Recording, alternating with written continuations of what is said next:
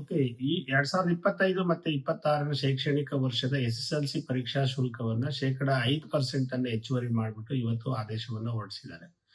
So ಇದು ಖಾಸಗಿ ಶಿಕ್ಷಣ ಸಂಸ್ಥೆಗಳ ಒಕ್ಕೂಟ ಅಂದ್ರೆ ಕೃಪಾ ಸಂಘಟನೆ ಉಗ್ರವಾಗಿ ಖಂಡಿಸುತ್ತೆ. ಯಾಕಂದ್ರೆ ಗ್ರಾಮೀಣ ಪ್ರದೇಶದ ಬಡ್ಜೆಟ್ ಶಾಲೆಗಳು ಅಲ್ಲಿ ವಿದ್ಯಾರ್ಥಿಗಳು ಅತ್ಯಂತ ಹಿಂದುಳಿದ ಮತ್ತು ಬಡ ವಿದ್ಯಾರ್ಥಿಗಳು ಇರ್ತಾರೆ. ಫೀಸಸ್ ಅಲ್ಲಿ ಕೇವಲ 3,000, 5,000, 15,000, 10,000ವರೆಗೂ ಸ್ಕೂಲ್ ಫೀಸ್ ಕಟ್ಟೋದಕ್ಕೆ ಅವರಿಗೆ ತುಂಬಾ ಕಷ್ಟ ಆಗ್ತಾ ಇರುತ್ತೆ. ಗುಣಾತ್ಮಕ ಶಿಕ್ಷಣವನ್ನು ಆರಿಸಿ ಖಾಸಗಿ ಶಾಲೆಗಳಿಗೆ ಸೇರ್ತಾ ಇರ್ತಾರೆ. ಸೊ ಅಂತ ವಿದ್ಯಾರ್ಥಿಗಳಿಗೆ ಈಗ ಪ್ರತಿ ವರ್ಷ ನೀವು ಫೀಸಸ್ ಅನ್ನ ನೀವು ರೈಸ್ ಮಾಡ್ತಾನೆ ಹೋದ್ರೆ, ಕಳೆದ ವರ್ಷನೂ ಕೂಡ ನೀವು 5% ಅನ್ನ ರೈಸ್ ಮಾಡಿದ್ರಿ, ಮತ್ತೆ ಈ ವರ್ಷ 5% ಅನ್ನ ರೈಸ್ ಮಾಡ್ತಾ ಇದ್ದೀರಾ. ಸೊ ಇದ್ರ ಉದ್ದೇಶನಾದ್ರೂ ಏನು ಅಂತ ನಮ್ಗೆ ಅರ್ಥ ಆಗ್ತಾ ಇಲ್ಲ. ಸೊ ಶಿಕ್ಷಣ ಹಕ್ಕು ಅಧಿನಿಯಮ ಅದು ಇದು ಕೇಂದ್ರ ಸರ್ಕಾರದಿರ್ಬೋದು ಅಥವಾ ರಾಜ್ಯ ಸರ್ಕಾರದಿರ್ಬೋದು, ನಮ್ಮ ಸಂವಿಧಾನ ಹೇಳೋದೇನಂದ್ರೆ ಉಚಿತ ಮತ್ತು ಕಡ್ಡಾಯ ಶಿಕ್ಷಣ ಕೊಡಬೇಕು ಅಂತ ಹೇಳಿ. ಈಗ ನೀವು 716 ರೂಪಾಯಿ ಫೀಸ್ ಕಟ್ಟಿದ್ರೆ ಮಾತ್ರ ನೀವು ಇದನ್ನ ಪರೀಕ್ಷೆಯನ್ನ ಕೊಡ್ತೀರಿ ಅಂತ ಅನ್ನೋದಾದ್ರೆ, ಸೊ ಅದಿಲ್ಲದೆ ಇರೋ ವಿದ್ಯಾರ್ಥಿಗಳ ಕತೆ ಏನು? ಇದ್ರ ಬಗ್ಗೆ ನೀವು ಯೋಚನೆ ಮಾಡ್ಬೇಕಲ್ವಾ. ಸೊ ನೀವು ಉಚಿತ ಕಡ್ಡಾಯ ಅಂತ ಅನ್ನೋದಾದ್ರೂ ಅದಕ್ಕೆ. ಸೊ ಈ ರೀತಿ ನೀವು ಫೀಸಸ್ ಅನ್ನ ರೈಸ್ ಮಾಡೋದನ್ನ ನಾವು ಉಗ್ರವಾಗಿ ಖಂಡಿಸ್ತೀವಿ. ಸೊ ಈ ತಕ್ಷಣ ಹಿಂಪಡಿಬೇಕು. ನೀವು ಒಟ್ಟು ಫೀಸಸ್ ಅನ್ನ ಇದರಿಂದ ನೀವು ಎಷ್ಟು ಸಂಗ್ರಹಿಸಕ್ಕಾಗುತ್ತೆ? ಕೇವಲ 1 ಕೋಟಿನೋ ಅಥವಾ 1.5 ಕೋಟಿನೋ ನೀವು ಸಿಗ್ಬಹುದು ದುಡ್ಡನ್ನ.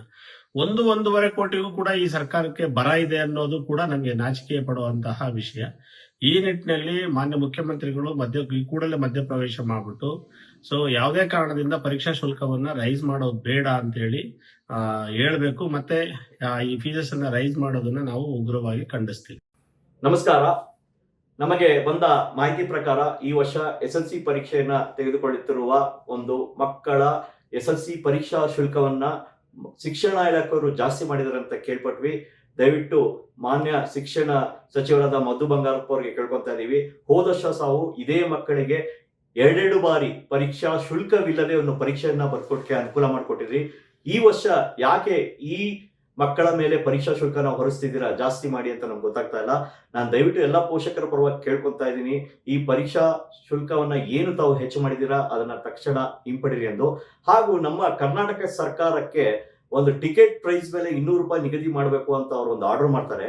ಅದೇ ಖಾಸಗಿ ಶಾಲೆ ಮೇಲೆ ಒಂದು ಶುಲ್ಕ ನಿಯಂತ್ರಣ ಕಮಿಟಿ ಮಾಡಿ ಅಂದ್ರೆ ಸರ್ಕಾರಕ್ಕೆ ಮನಸ್ಸಿಲ್ಲ. ಯಾಕಂದ್ರೆ ಹಲವಾರು ಶಿಕ್ಷಣ ಸಂಸ್ಥೆಗಳನ್ನ ಒಂದು ಸಚಿವರುಗಳು ಮತ್ತು MLAಗಳು ಹಾಗೂ ಕ್ಯಾಬಿನೆಟ್ ಅಲ್ಲಿರುವ ಅವರ ಸಹೋದ್ಯೋಗಿಗಳು ನಡೆಸ್ತಾ ಇರೋದ್ರಿಂದ ಅದ್ರ ಬಗ್ಗೆ ಅವ್ರಿಗೆ ಹೆಚ್ಚಿಗೆ ಕಾಳಜಿ ಇಲ್ಲ.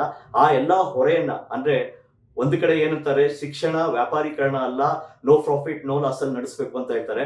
ಅವ್ರಿಗೆ ಯಾವುದೇ ರೀತಿ ಒಂದು ಶುಲ್ಕ ನಿಯಂತ್ರಣ ತರೋದಕ್ಕೆ ಆಗ್ತಾ ಇಲ್ಲ. ಇಲ್ಲಿ ಪಾಪ ಬಡ ವಿದ್ಯಾರ್ಥಿಗಳು ಯಾರು ಪರೀಕ್ಷೆ ತಗೊಂತಾ ಇದ್ದಾರೆ ಅವ್ರ ಮೇಲೆ ಮತ್ತೆ ಶುಲ್ಕವನ್ನ ಹೆಚ್ಚಿಸಿ ಅವರಿಂದ ವಸೂಲಿ ಮಾಡ್ತಾ ಇರೋದು ನಿಜವಾಗ್ಲೂ ಬೇಸರದ ಸಂಗತಿ. ಅದಕ್ಕಾಗಿ ನಾನು ಎಲ್ಲಾ ಪೋಷಕರ ಪರವಾಗಿ ಮತ್ತೊಮ್ಮೆ ನಮ್ಮ ಶಿಕ್ಷಣ ಸಚಿವರಿಗೆ ರಿಕ್ವೆಸ್ಟ್ ಮಾಡ್ಕೊತಾ ಇದ್ದೀನಿ, ತಾವು ಏನು ಈ ಪರೀಕ್ಷಾ ಶುಲ್ಕವನ್ನ ಹೆಚ್ಚಿಗೆ ಮಾಡ್ತೀರಾ ಅದನ್ನ ಹಿಂಪಡಿರಿ ಅಂತ ಎಲ್ಲಾ ಪೋಷಕರ ಪರವಾಗಿ ಮತ್ತೊಮ್ಮೆ ಕೇಳ್ಕೊತಾ ಇದ್ದೀನಿ. ಧನ್ಯವಾದಗಳು.